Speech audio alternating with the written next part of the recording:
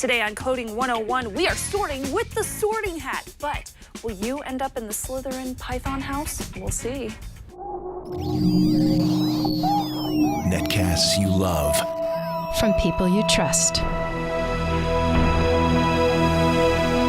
This is Twit. Bandwidth for Coding 101 is provided by CacheFly at CacheFly.com. This episode of Coding 101 is brought to you by lynda.com. Learn what you want, when you want, with access to over 2,400 high-quality online courses and training videos, all for one low monthly price. To try it free for 7 days, visit lynda.com/C101. That's lynda.com/C101.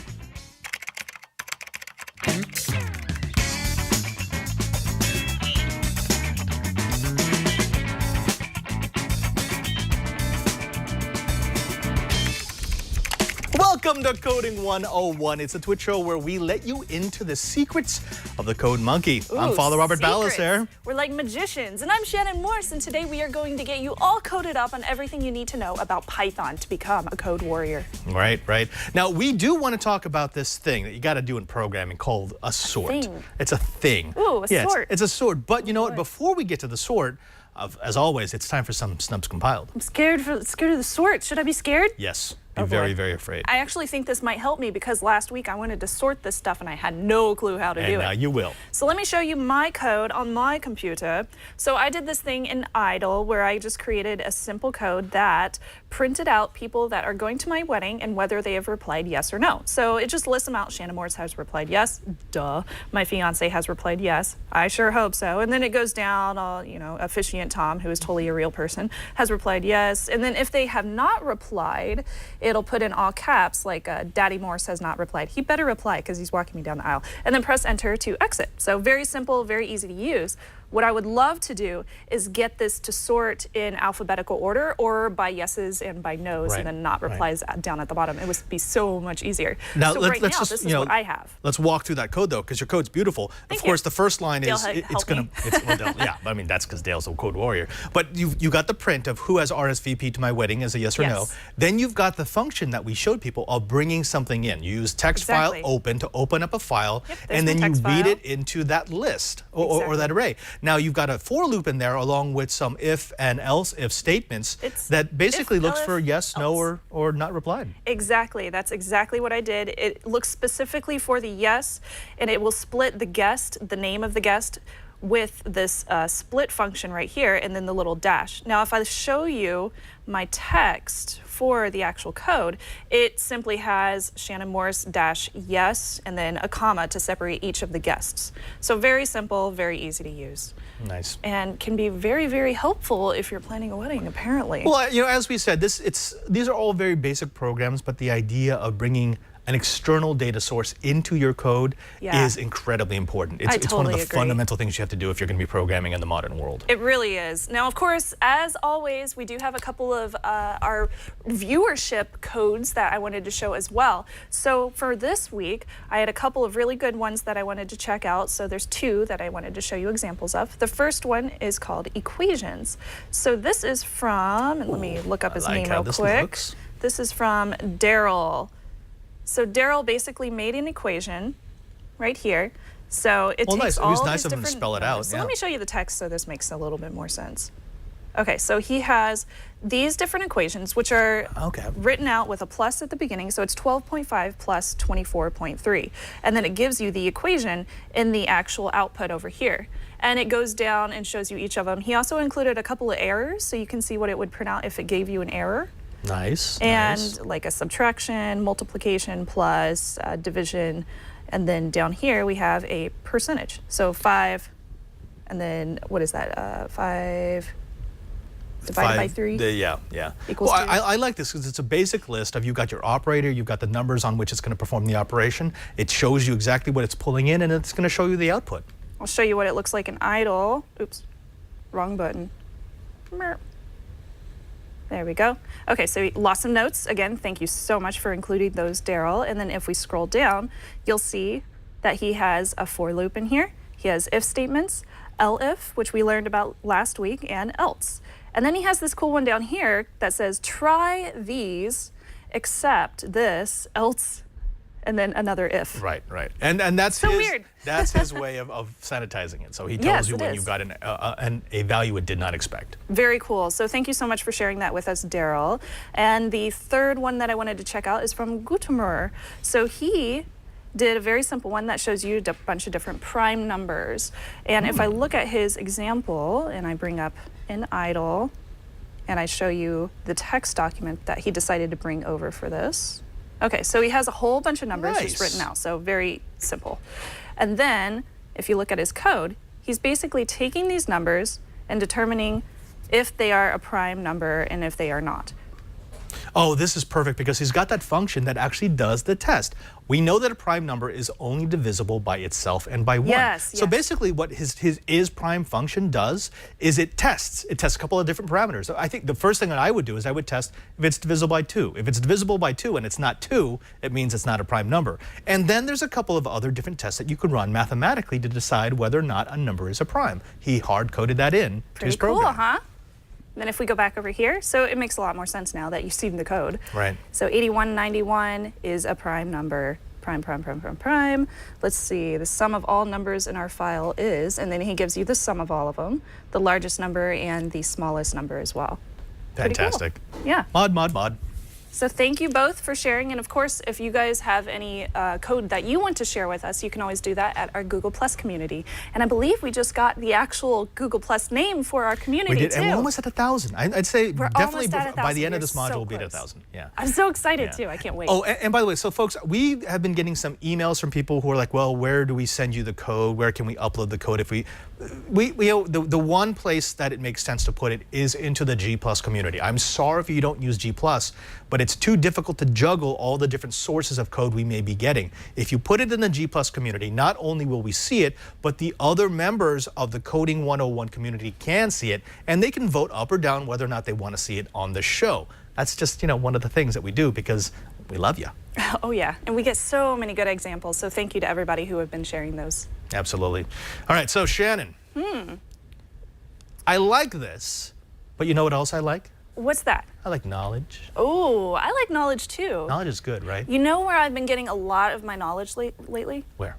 There's a website online where you can watch video tutorials about everything. I have heard of this mythical website. It's true. It's called lynda.com. And they have thousands and thousands of video courses made by professionals that will teach you everything from Java to motion design to graphics to photography. Gosh, what else? Python? I mean, if you think of it, they probably have a video on it. They basically have 2,400 high-quality online video courses from all these different types of genres. They offer things in software and creative and business skills. Whether you want to learn Python code or explore the foundations of programming, you can improve your photography. With lynda.com, with a subscription on there, members receive unlimited access to thousands of high-quality and engaging video tutorials across a wide variety of subjects. There's everything.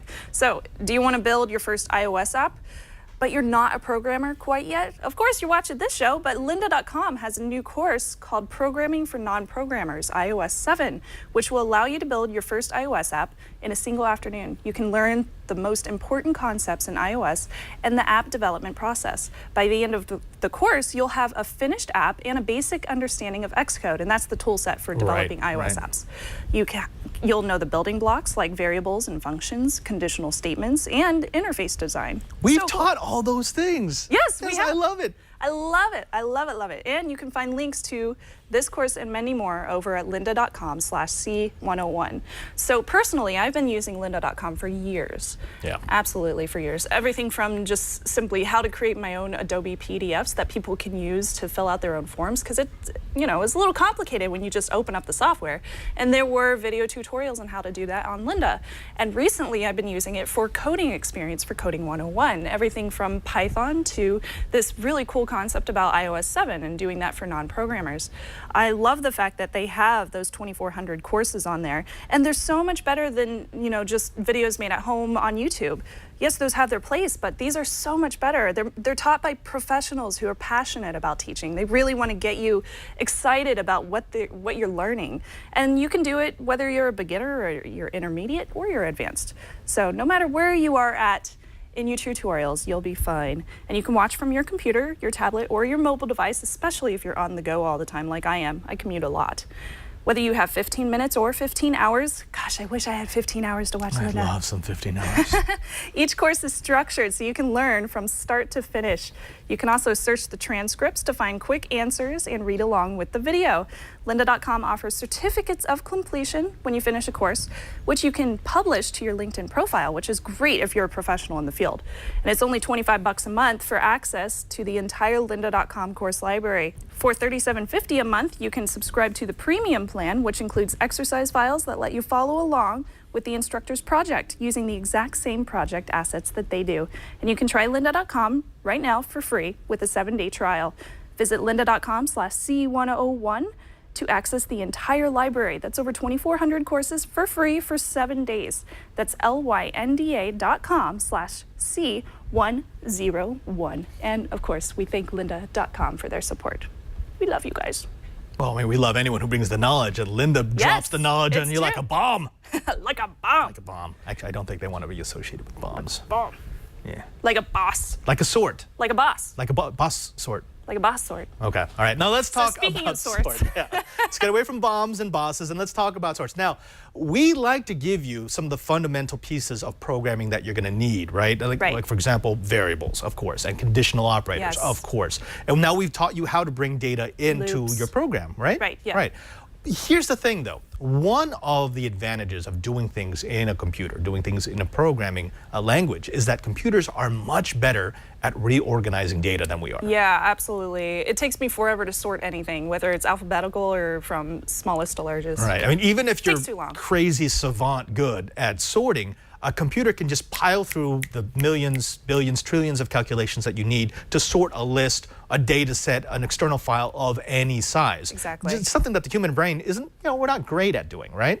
Right. So let's teach you how to do a simple sort. Now, when we talk about sorting, what we're talking about is letting loose your computer, using the power of a programming language to take a predetermined set of information and then running some sort of operation on it that will perform some sort of sort. Now, what do I mean? Well, how about this? Let's imagine I have a list of names. Okay. Okay, so I've got a list of names. Let's say it's just Like 26 names, like you do, right? For your registry, right? Yeah.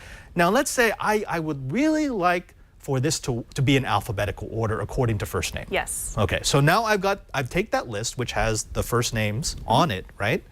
And I need to somehow reorganize that list in order to make it alphabetical from A to Z. Yeah. So how do you do it? Well, if we were doing it in the real world, so if it was just here. If I was doing it in the real world, I would look through the list and look for A, B, and C's and stick them over here, and then T through Z and stick them over there, and then everything else in the middle. Right, and then you just kind of takes a while. randomly sort of put them where they're. Just kind of fit them in and scoot this is them over. Agnes, but this one is Adam, It's so it goes. trying to sort through all of your CDs and DVDs back in like the early 2000s and late 90s, and putting all that stuff in order. Exactly. Well, here's the thing. Doing it in programming is almost exactly the same thing that you would do in the real world. Remember how we always talk about breaking down the real world into understandable chunks? Yeah. You do it the exact same way. The logic is the same, which is you just compare the values of each name that are relevant. So the first letter, the second letter, the third letter, whatever it may be. Yeah. And then you decide, does it go before or after this entry? That makes sense. Because ultimately, when we do a sort, we're always comparing two values. Right. Does this go before or after? Does this go before or after? Okay, so follow me on this logic. Let's say I have that list of names. Okay. The first thing I'd want to do is I would want to take something from that list and put it into like my sorted pile. Okay. And then I'd want to take another entry and compare it to the thing in the sorted pile and say, should this go before or after? So let's take the first entry, which could be Shannon, and compare it to the second entry called Padre. Right, exactly. And so we go, oh, well, does this go before or after according to the value that I want to sort it by? Yes. Okay. Okay. Now, so let's say those two names are now in there. Let's take a third name, like Adam. And it's going to compare against both of the entries Shannon and in that Padre. list to determine where it's going to be. Right. Right? So pretty simple calculations. Yeah. Now, but a computer can do it so much faster.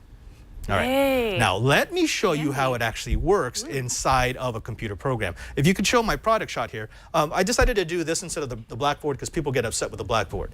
This, let's just say this is what my external list looks like. I just brought in a bunch of numbers, 1, 23, 6, 4, 99. Obviously not in numerical order. Right. But now what I want to do is I want to use computer logic to sort this. So like I said, the first thing I'm going to do is take the first entry and I'm going to bring it over to the clean side. So this is my sorted side, right? Okay, yeah. Now I'm going to say, okay, I'm done with this. Now I'm going to go over to the second entry, and I'm going to bring it over, and I'm going to compare it to 1. I'm going to say, is it greater or less than 1? And it's greater than, so I'll drop it below. Okay. Then I'm going to go down to the next entry. I'm going to bring it over. I'm going to compare it 6 to 1. Is 6 greater than 1? Yes, it is. All right, so it moves down. Now it's going to compare to 23. Is 6 greater than 23? No, it's not. So what it will do is it will say, I'm going to copy this into the position where 23 was, and I'm going to move 23 down to a lower position. Okay. Take in the next So then it number. does the same for 4. It's going to do the same thing. So it's this, nope, boom. This is going to come in, it's going to compare against all the values, and it's going to end up at the bottom. Okay. That, using poker chips, is what a sort does. That's the basic methodology of what happens in your computer when you run a sorting algorithm. And now I'm going to take these home and go gamble. Well, no, you're going to take them for coupons. Thank you. So, I mean, that's not, I mean, it's really easy to understand, right? Yeah, that's totally easy to understand. Now, here's But how do you put it into your code? How do you put it in? That is the good question. Here's the fun thing. If I was working in a really basic language, I would actually have to program all the logic for that sort. Right. That's not that hard, but it's, you know, why do it? In Python, there's actually a sorting method. This is a sorting function. If you could go to my screen, what you see here is is what's called the sort. So I've got a list. I've just created a list called Sort Me, and it's filled with those same numbers. You 1, named it Sort Me. 23, yeah, the sorting hat. 1, 23, 6, 4, and 99. And then I just used a for loop for entries in range from 0 to 5, print sort me. So all I should do is just reprint that. 1, 23, 6, 4, 99. Then I put a pause. Then I did this, sort me, which is the list. Remember, that's the list where all the numbers are. Yes. And I added that. That's all I have to do. So that, let's see, period sort, the That calls the parentheses method. and the semicolon. Yeah, it calls the That is method, the function called sort. Okay. And so what I'm doing in Python is I'm saying run the method called sort on the list called sort me. Oh. Okay. And then I do a print again. So if I run this program, what I get is something that looks like this. So 1, 23, 6, 4, 99, that's just that's what the list was. Yeah. Now remember, as soon as I hit this enter key, it's going to run the sort on the Run list. it again. And with now the it puts sort. it in order. That's 1, cool. 4, 6, 23, 99. Oh, neat. Okay. Yeah. The cool thing about this, actually, is that actually in the frame? Yeah, the cool thing about this is all built into Python. I didn't have to Right. program anything. If you go back to my code here, it's going to show you that that's a integrated function. That is a built-in function with Python. And actually, you're going to see that in most advanced languages. They know that sort is such a basic lesson. It's such a basic function that they're going to include it in one way or another. Okay, I see what you did. So you have the name of the thing with all of your different variables inside of the two brackets. Right. And then you included the, let's see, the range, which is 1 is 0, and then all the way up to 5, Right. and 5 would be 99. Right. And it just sorts those, or it just prints out sort me, that range. There you go. Raw input, press enter, and then it sorts it Right. into an actual 0 to 5. Now, again, this is a basic Or 1 to 99. basic program. So I hard-coded the list, but there's no reason why I couldn't use, say, that external text file, right? Yeah. So like, there were some people who were just throwing a bunch of numbers at me. Well, yeah, make a text file filled with numbers separated by commas, import them into your program, open up that text file, get them into a list, and then you can sort it. That's awesome. And then output it back to file. This is perfect for me. This is going to save me so much time. Right. And remember, I see, can't wait to use it. Here's the cool thing. When it's small like this, we're almost saying, well, you just did Why it would on you the do it? table. But when you have 150 guests going to your wedding, you kind of got to put them into some kind of list that makes sense. Precisely. And that's why we think sorting is not just useful to know, but it's That's absolutely awesome. vital. Oh, yeah, it totally is. I'm super excited to use this. Yes. Actually, you know what? Don't we have someone that we could talk to who could maybe show us how to use this in a more advanced way than just sorting a couple of numbers? I have a feeling we have somebody on the line named Dale. Dale coming, our code warrior. Yay. Ladies and gentlemen, Mr. Dale Chase from Discovery Digital Networks. He is a programmer, he is an artiste, he is our code warrior. Hello, sir. What's going on? I am in the house. How you guys doing? Yeah, he's in the house. We're sorted. We're doing great, thank you. Word. So we're actually gonna be getting into some YouTube API stuff and sorting some results and printing out video titles and links. Oh boy. Now for the folks at scary. home, for the folks at home who are getting freaked out, it is a little bit freaky, but don't worry, because what Dale is actually going to be doing is he's going to show us how to use an API. It's a way to link in to services like YouTube. In fact, there's a lot of services on the internet that use an API. You start with an API key that allows you to access their service, to both pull and push data to them. What he's going to show you how to do is to use that within Python so you can start pulling not just from an external file that you've created, but from YouTube itself. Yeah. I'm using one of their calls. It's just their basic query search call that doesn't really require any authentication, but you do need an API key. You're essentially registered with them to use the service. Now, we're not going to show them your API key because that would be bad. No, actually, so I've got my API key hidden in an external text file, which I am pulling in and using as a variable here, API key. Oh, cool. Yeah, so let's just take it from the top. So I'm importing a few modules here to do the HTTP request to YouTube.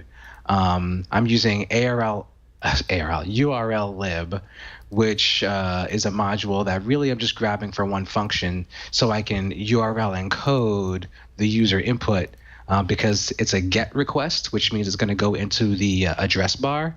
And so those things that go into the address bar need to, like non-word characters like exclamation marks, commas, that sort of thing, need to be converted into characters that will play well in the address bar.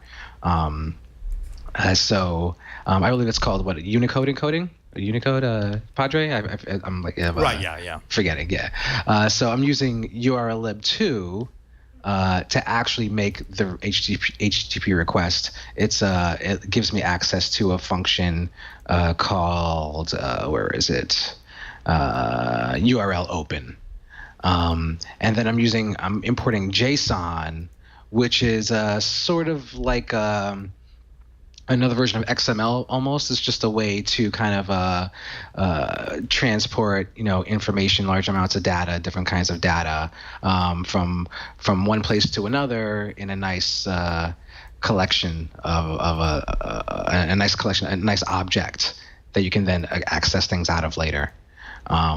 So the responses that we get from YouTube will be in JSON. So I need this module to decode it and then work with what I get back. Oh, okay. So the next line here is me grabbing my API key from a text file, assigning it to this variable, then using the same variable after I read the text file. I'm just using API key again, just because I'm not very imaginative when it comes to API key variables. Yeah. Then I'm getting user input to search for the video and assigning that to a variable called search term. And they could type in anything that they want there as far as the videos are concerned? Okay. Yep, totally.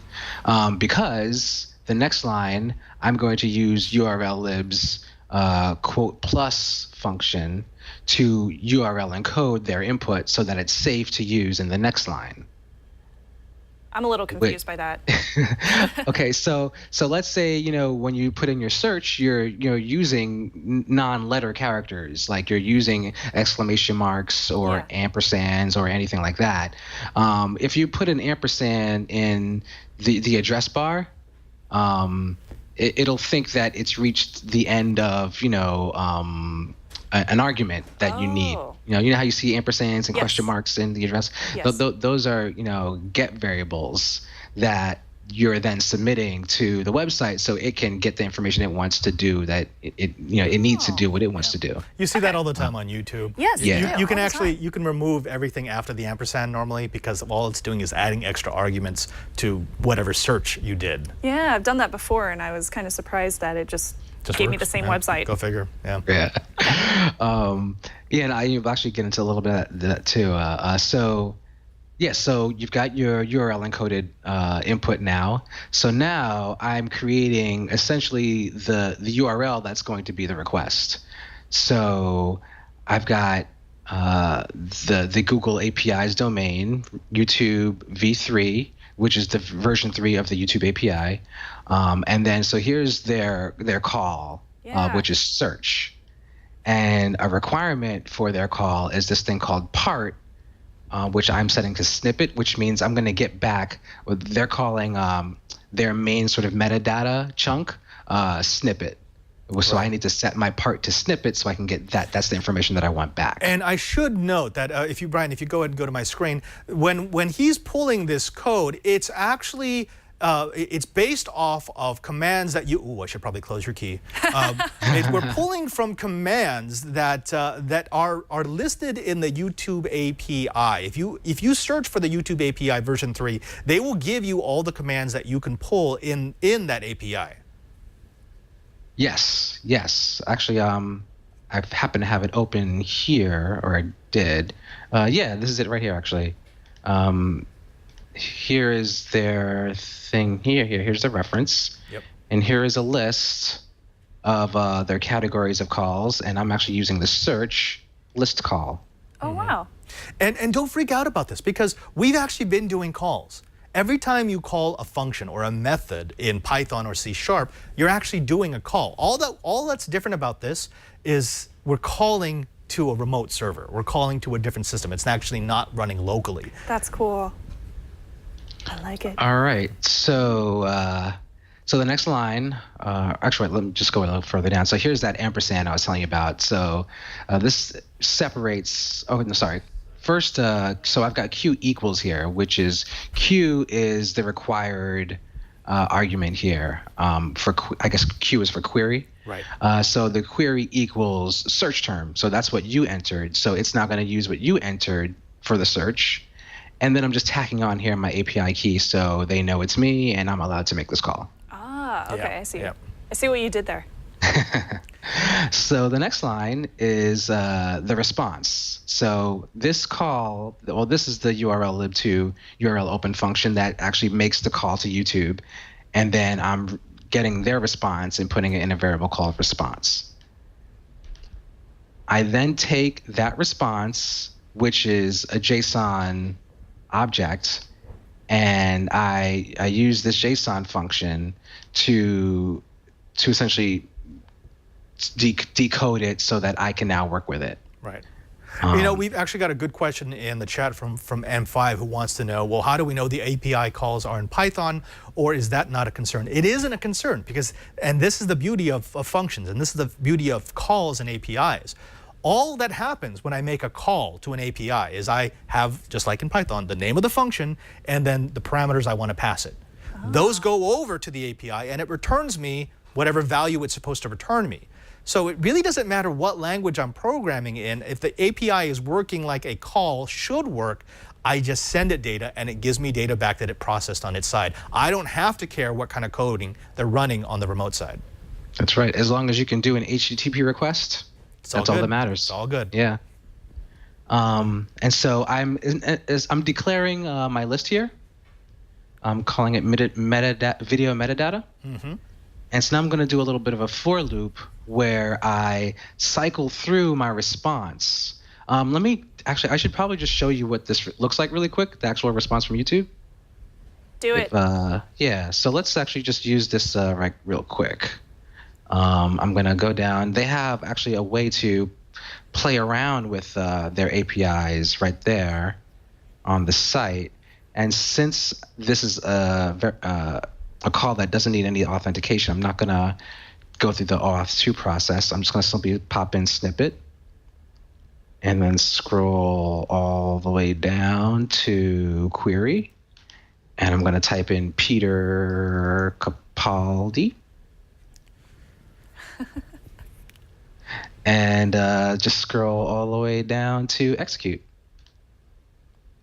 And so and by the way, that's an awesome. We're going to make sure to put that the link for this page into our show notes, because this does give you all the different arguments, all the different calls that you can make to the API. Yeah. And so here's my response. There we go. So once you've made the call, this right here that we're seeing on the screen, this is the data that actually comes back from YouTube. Yeah, this is a JSON response, and so as you can see, there's some information here, some stuff that doesn't really make much sense to most folks, but then the total results, there are really 142,000 videos about Peter Capaldi. You're right. That can't be right. No, that's about right. The new Doctor Who, he got crazy popular. So, all right. So what you'll see in my code is I make a reference to items here. Yeah. And then that's pretty much this. So within items is an array of items, which is the metadata for the various videos. So I go into items, and then I will pick out my snippet.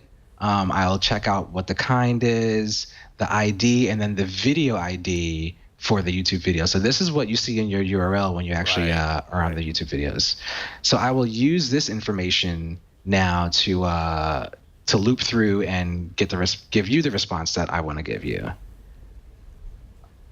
Now, so what I do.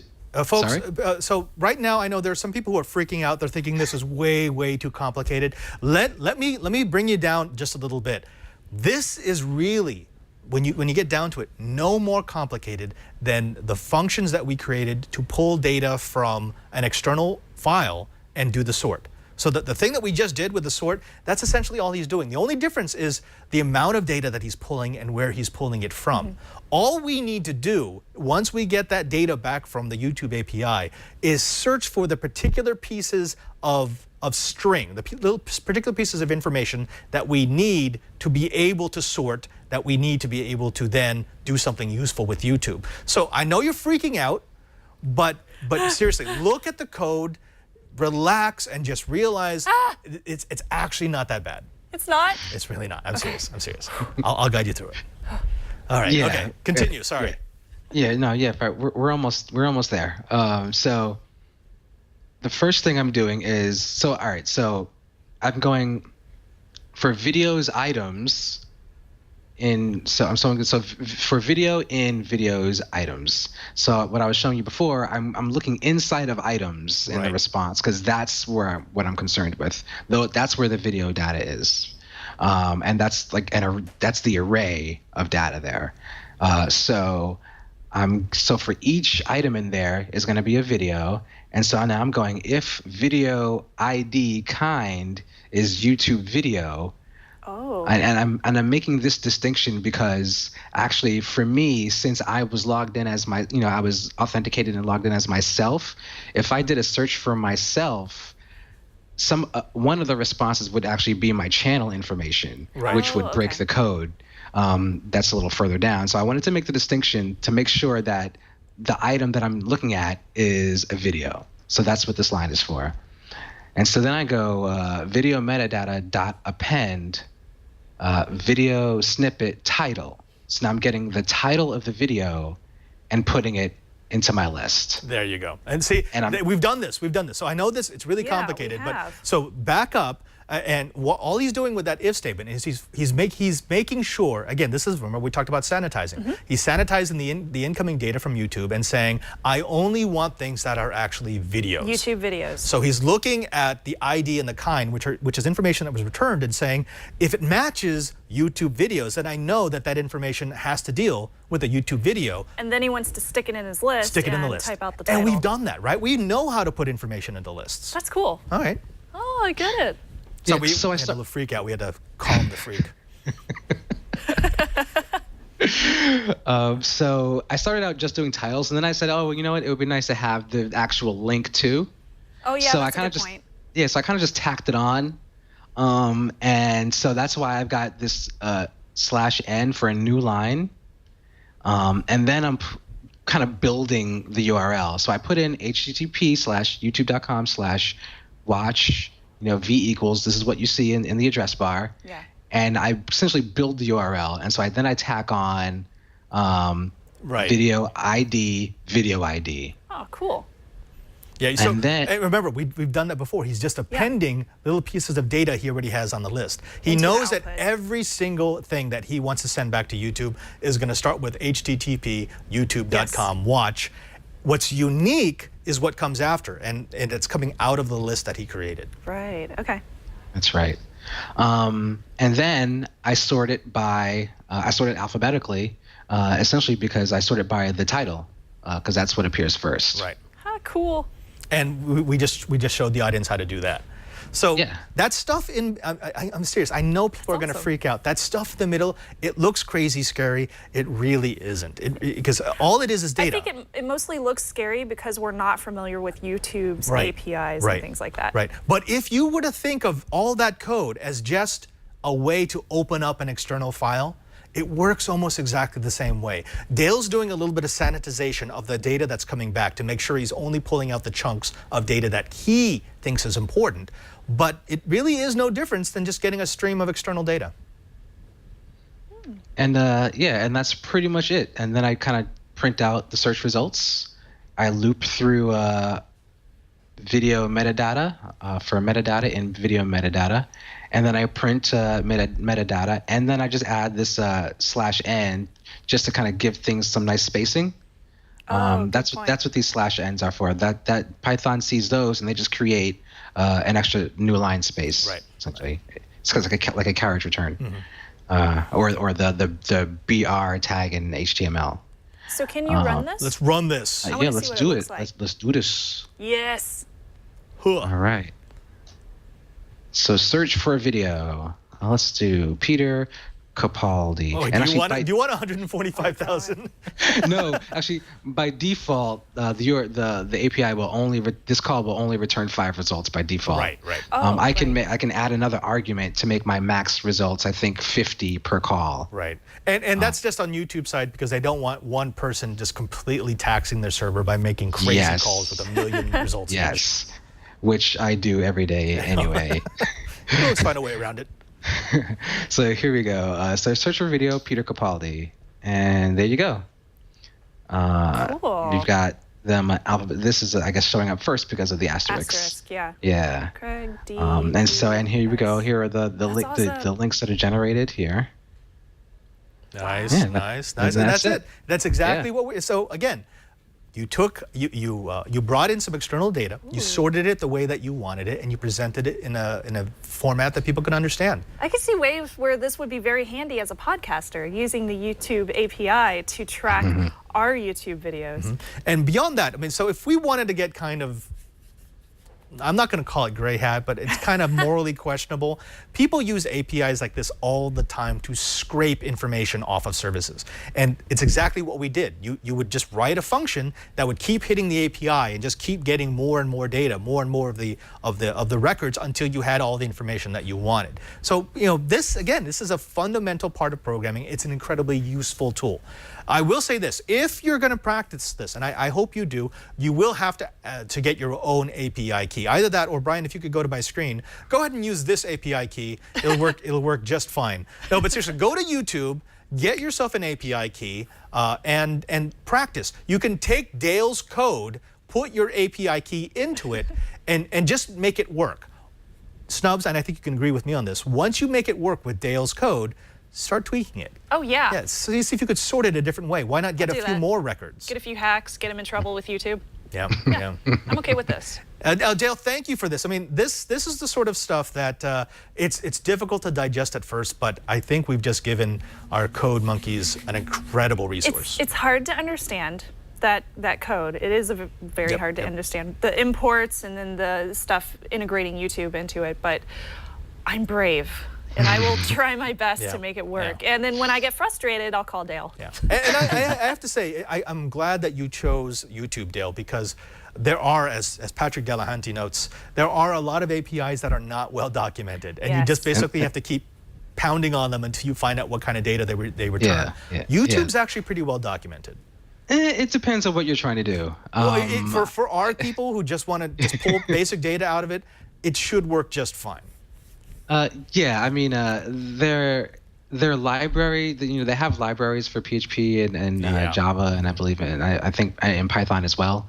Yeah, and like some of the stuff is better documented than others, but totally, it's a lot of fun to play around with, though. All right, now Dale, now that you've kind of blown minds, where do you think we're going to go next week? Can we go farther? I don't know. I think we may need to pull back a tiny bit and let people's brains recuperate a little bit. So maybe we need to combine some of the lessons we've already got. Well, I know I want to do some sorting. To sort, yeah. For sure. Yeah.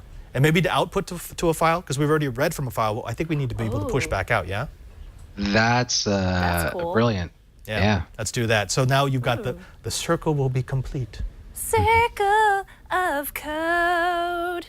Dale Chase, Discovery Digital Networks. Thank you so very much for being our code warrior. Sir, it is always great to have you on each and every single week. And now that you've done some brain explodage, I think your reputation as a legendary code warrior is cemented. Awesome. It was already there. Thanks for having me, guys. You take care. I'll see you next week. Oh, where can we find him? Duh. I'm sorry. Wait, hold a bit. Wait. Hey, Brian, can you cue up my jam? We should probably mention where we can find Mr. Dale Yeah, Chase. thank you for that. Oh, yeah. So, I mean, Especially if you you're like the interested Doctor in music Who, about Doctor Who. Dale, you are not just a programmer, you're an artiste. Tell us a little bit about your art. Yeah, I make mostly geek-centric hip-hop music, some sort of jazzy-infused, smooth type raps that talk about geek culture. Like, as you see, I've got like Who's Your Doctor Jam. Yeah, hacker enthusiast, coding warrior, so all that stuff is in there. Just check it out at dchase.bandcamp.com. Yeah, seriously, folks, get over there, get some of his music. It's not just fun to listen to. It's actually really, really good. It is, and he gets some great guests to sing with him. The audio listeners are going, what's going on? Again, Dale Chase, thank you, and thank you. Thank you. Take care, guys. Bye. Now, I know that was a lot. I know that we really kind of hit our audience a little bit. But you know what's good? We've got show notes. Oh, I was going to say Rice Krispie treats, but those are good too. Those are good too, yes. But right now, I think we do need the show notes more than the sugar. Yeah, like crazy. So we have our GitHub link as well as all of our show notes. You can find those at twit.tv/C101 or /code. They both work. Also, don't forget that we're also on iTunes, and we're actually still doing really well. Yeah, we are, surprisingly. I don't know what's going on. People watch us on iTunes. Spread the word. Tell people about Coding 101. Tell them that, you know what, we're a little bit different. We like to give people code. We like to give them learning, but we also want to have a little bit of fun. So we're giving you the stuff that lets you geek out. I have a project for you guys today. Share this show with one of your friends. Just one. Just one. Yeah, just share it with one friend. And post it on G+, and then we'll send you stickers. Oh, that's a good idea. Do we have stickers? We should get stickers made. We do. Let's do stickers. Let's do stickers. Oh, actually, yeah, we should do. Okay, yes. Okay. Okay. New project. Stickers. We'll talk later. Yeah. We're also on YouTube, of course, so you could try this. You could try this code on our shows and put those in order from Coding 101 #1 down to number. What are we on? 15. 15. Oh my goodness, 15 episodes already, and those are over at youtube.com/twit coding101. That's right. Also, we've got a crazy, vibrant G+ community. We do. It's about what are we up to? 900? Yeah, 900 and some members. We're almost at 1,000. Thank you so much for joining us there. And these are crazy active members. If you go to our G+ community, you can post questions. You can post your code, which Shannon will then bring onto the show. Yes, in other words, if you want to know anything about programming, you gotta join us. Be part of the Coding 101 army by going to plus.google/twit coding 101. plus.google.com/twit coding 101. Do it now. Do That's it. how you get there. Yeah. And just send your examples to me and I'll show them off. Now, if you're not into the G+ groove, I think you can also find. We're on Twitter. Yeah. I'm on Twitter all the time, talking about everything from weddings to couponing to code. I'm mostly talking about code. Yeah, It's that's kind of good. scary. But you can find me at and twitter.com/ that's right, PadreSJ. That's at PadreSJ. And I am at Snubs. And finally, we actually do this show live. We're live right now. This is the real world. If you can find us on Thursdays at 1:30 p.m. Pacific time, and as long as you're there, Yeah, you're freaking snubs out. You can also join us in the chat room at irc.twit.tv. People listening to us? They are, I know, right? Hello? It's kind of weird stuff. Is that why we wear these things? Yeah. That's so crazy. Actually, mine's not connected to anything. Yeah. But until next time, I'm Father Robert Palliser. I'm Shannon Morse. End of line.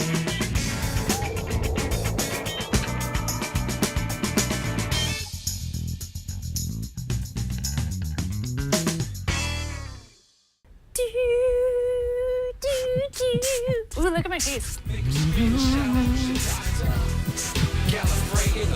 Uh-oh. Time vortex. I wish I had a TARDIS. I would time travel the heck out of that thing. Space.